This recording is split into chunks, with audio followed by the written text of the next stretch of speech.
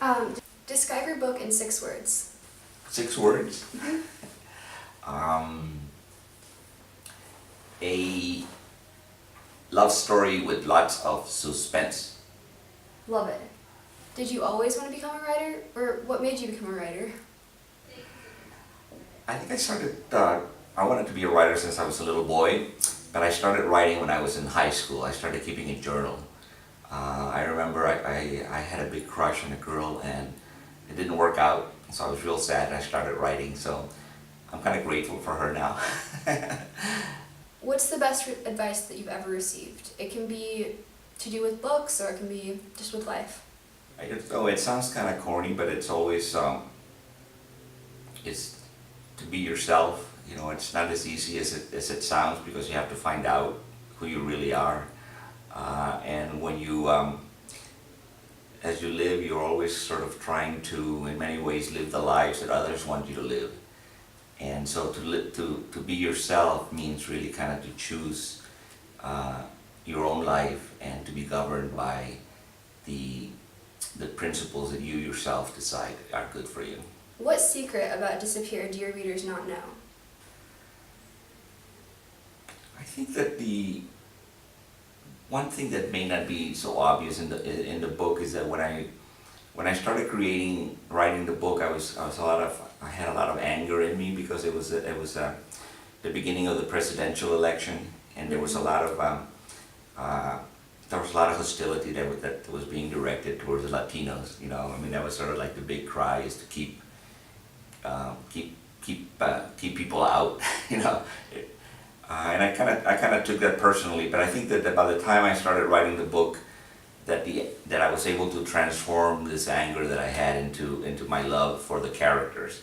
So I don't think you're going to see too much anger there, but you are going to see that, you know, what that anger became, which is, you know, the love for the characters. Yeah, it's about a brother and a sister who live in Juarez, Mexico, which is on the border with Texas. Mm-hmm. And Sarah, the sister, is a journalist who is investigating the disappearance of women from the streets of Juarez, like between the years of maybe 1990 to 2010. There was something like 4,000 women who just disappeared. A lot of them would be found dead, you know, a month or so later, and some just they were never found. So she starts investigating sort of the disappearance, and she begins to discover this kind of web of corruption, and she begins to feel to be threatened, you know, both her life and her family. So life becomes so impossible for her and for brother that they have to kind of make a decision that maybe they can find safety in the United States. Mm-hmm. Describe your perfect day. It can be a perfect writing day, or just... Yeah, a perfect day is I get up in the morning and I do like a kind of writing in a journal or praying, you know, in the early morning. And then around 8 or 9 I go to my little office downstairs in the basement of my house. And I write for 2 or 3 hours. And then I have lunch and I take a nap and work out in the yard a little bit in the afternoon, and then sometimes go back to the writing, you know, if it was something that I needed to finish from the morning, that needed to keep on going, I would write a little bit more. But I think that, you know, the perfect day is just kind of this. Well, the real perfect day was when my granddaughter would, after all of that, would come in the afternoon and we could play. You know, we used to play Playmobiles together a lot. So if you have that, you know, like the time for yourself, time for work, time for family, pretty much covers everything. Oh. Does religion play a lot of factors in your writing, your life? I think that there've been some books where sort of religious questions become part of like the character's own questions. Like I had one book where the two sisters had a mother who was kind of in a coma, and they had to decide, you know, her brain was alive, but everything else was kind of, you know, they had to decide whether to end the life. And so that was kind of like a big ethical religious question. But in most of my books, I think I would say that characters, because it was important to me as a young person, kind of would ask themselves, you know, like, what's the purpose of my life?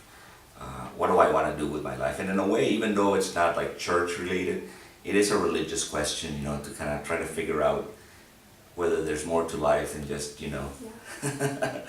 So yeah, in that sense, I would say they're all, you know, they all have kind of a religious underpinning. Yeah. It's really interesting. What can we look forward to seeing from you next? Well, I think I'm going to work on in this book that just came out, Disappeared. The characters kind of make it into the United States, and it ends when they cross. You know, kind of a little bit after they cross into the United States. So I'm kind of interested in writing about their life now that they're in here. You know, now that they're in the United States, what is that going to be like? Yeah, like a different challenge. Yeah, like a different, and so, you know, in many ways I want to recreate, you know, that some of the experiences that I had when I came from Mexico. I came when I was 9 years old and I didn't know English, and so, you know, it takes a while to kind of like feel like you belong, you know, I think it would be good for me to kind of write about some of those experiences in a new book. Yeah, like just like thinking of like the environment, like the political environment now. How do you think your book would help?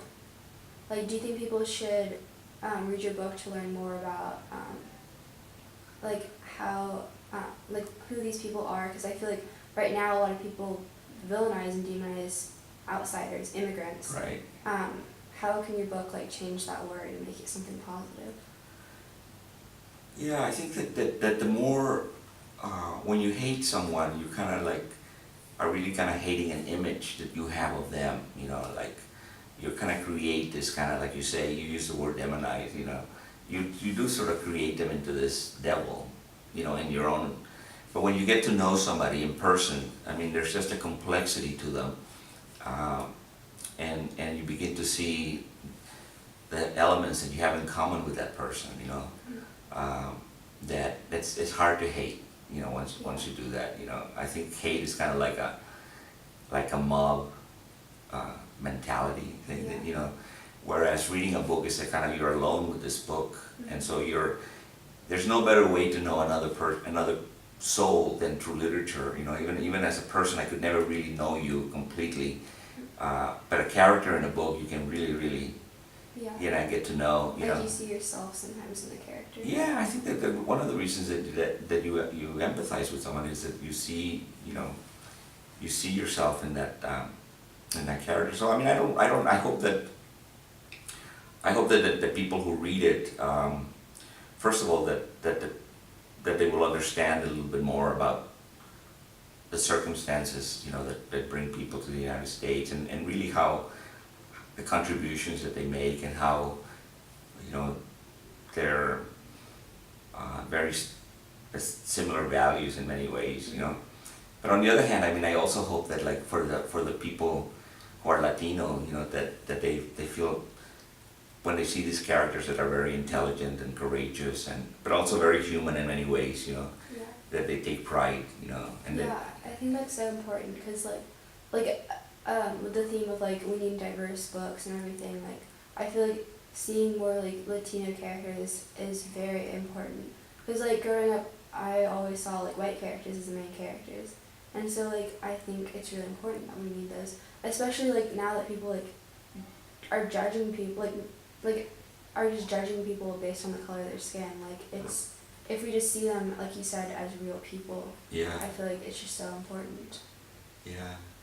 So that's what I want to do, just like write books so that somebody like you would find, like, I think that people would like Sarah. If you read the book, you know,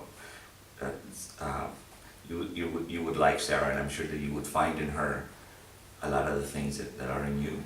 What advice do you have to aspiring authors? I think that you know, it's very hard for a young person to follow this advice, but because when we start writing, what we really want to do is get the kind of like all the things that we think are associated with being a writer, like being invited to conferences and getting interviews with, and sales and sort of, so all of those things are kind of like really not what, what writing is about, and I think that, so the most important advice is really to kind of like, to enjoy the process, if you really just like writing